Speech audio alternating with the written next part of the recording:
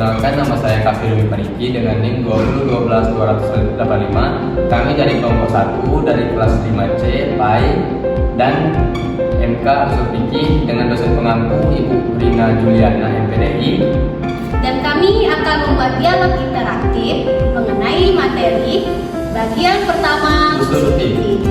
Saksikan video kami.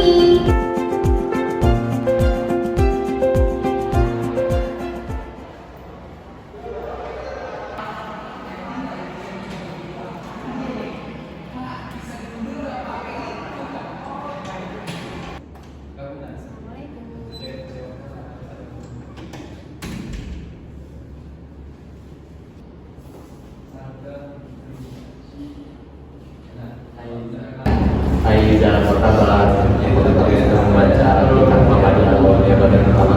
Oh iya, tapi alhamdulillah kabar baik.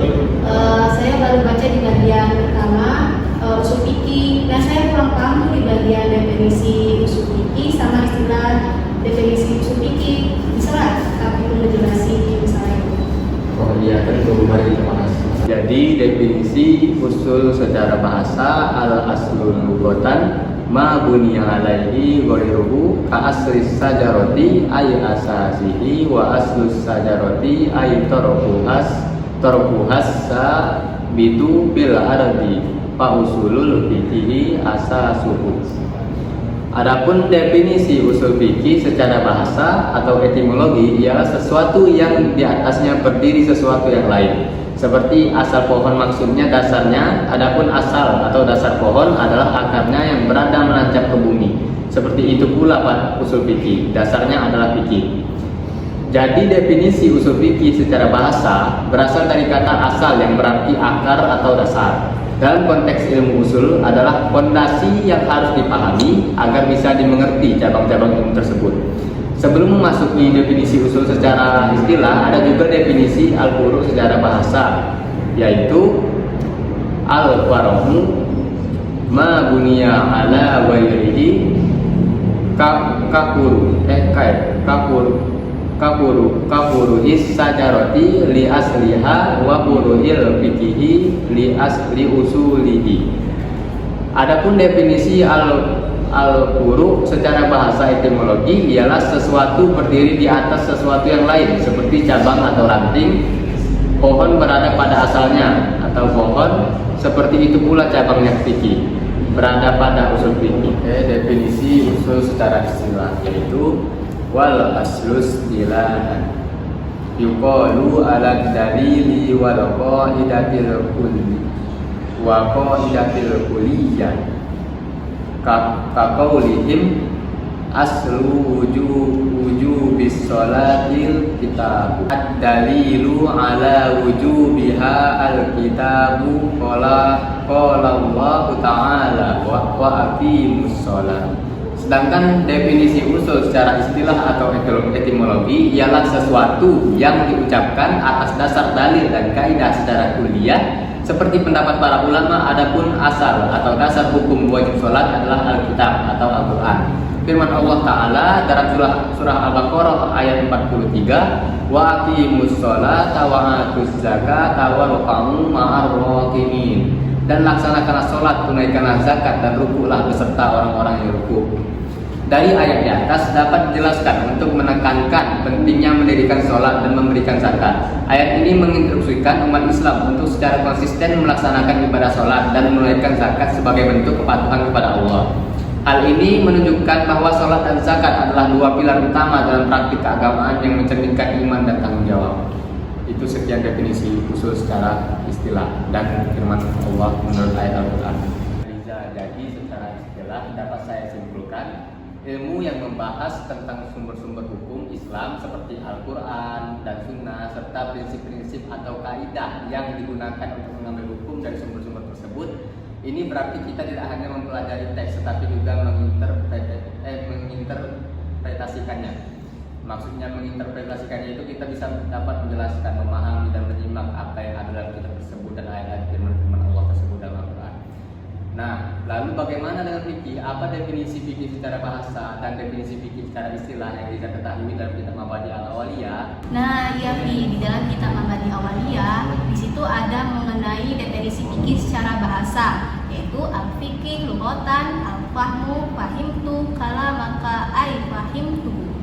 Yang artinya definisi fikih secara bahasa atau etimologi ialah paham. Seperti perkataan seseorang, aku faqih, apa yang engkau katakan. Nah, maksudnya aku paham apa yang engkau katakan. Jadi dapat disimpulkan bahwa secara bahasa, fikih itu adalah berarti pemahaman. Ini menunjukkan bahwa fikih berkaitan dengan pemahaman yang mendalam terhadap hukum-hukum syariat. Dalam konteks ini, fikih berfungsi untuk memahami apa yang diperintahkan dan dilarang dalam Islam. Nah, dan fikih secara istilah dalam kitab Mabadi Awaliyah yaitu istilahan al-ilmu bil ahkami as-syar'iyyatil lati tariquha al-ijtihad. Artinya, sedangkan definisi fikih secara istilah atau terminologi ialah ilmu yang mempelajari hukum-hukum syar'i yang dihasilkan dari para ijtihad. Nah, jadi dapat saya simpulkan secara istilah, fikih itu adalah ilmu yang membahas hukum-hukum syariat Islam yang diambil dari sumber-sumber tertentu, yaitu Al-Quran, Sunnah, Ijma, dan Qiyas. Fikih adalah hasil dari penerapan usul fikih, jadi ia lebih fokus pada hukum-hukum yang konkret. Jadi usul fikih dan fikih itu berbeda ya Liza? Nah ya betul, di dalam kitab Mabadi Awaliyah ada juga definisi usul fikihnya, yaitu usulul fikih dalilul fikih ala sabilil ijmali kaqaulihim mutlaqul amri bil wujubi wa mutlaqun nahyi lit tarhim wa mutlaqul fi'lin nabi sallallahu alaihi wasallam wa mutlaqul ijma'i wa mutlaqul qiyasi hujjah. Dan artinya usul fikih itu ialah dalil fikih secara global atau ijma, seperti pendapat ulama bahwa mutlaknya perintah adalah kewajiban, mutlaknya larangan adalah suatu yang diharamkan, mutlaknya perbuatan Nabi Muhammad SAW, serta mutlaknya ijma dan qiyas adalah hujjah atau disebut dengan dalil. Nah, jadi dapat disimpulkan dari pengertian definisi usul fikih tadi di dalam kitab Mabadi Awaliyah, yaitu usul fikih adalah metode dan prinsip yang digunakan untuk memahami dan menginterpretasikan hukum. Sedangkan fikih adalah produk dari pemahaman tersebut. Nah, usul fikih memberikan kerangka kerjanya, sedangkan fikih adalah aplikasinya. Apakah ada contoh yang bisa memperjelaskan perbedaan ini lebih jelas? Nah, ya tentu. Contohnya itu kita ingin memahami hukum tentang makanan haram. Nah, di situ tadi kan sudah aku jelaskan mengenai pengertian usul fikih di dalam kitab Mabadi Awaliyah secara yang diharamkan itu. Nah, dalam usul fikih kita belajar tentang kaidah qiyas. Jika khamar diharamkan karena efek memabukkan, kita bisa menggunakan qiyas untuk memahami bahwa minuman beralkohol lainnya juga diharamkan. Nah, di sini usul fikih membantu kita menarik kesimpulannya. Jadi dalam contoh itu usul fikih memberikan metode untuk memahami hukum, sedangkan fikih adalah hasil hukum yang kita ambil, yaitu bahwa minuman beralkohol itu haram. Ya, tepat sekali, Pi. Usul fikih membantu kita berargumentasi dan memahami mengapa suatu hukum diterapkan, sedangkan fikih adalah penerapan hukum tersebut dalam kehidupan kita sehari-hari. Oh iya, terima kasih Liza atas penjelasannya. Jadi untuk sekarang aku menjadi lebih paham untuk penjelasan usul fikih yang kamu jelaskan tadi. Terima kasih, semoga bermanfaat.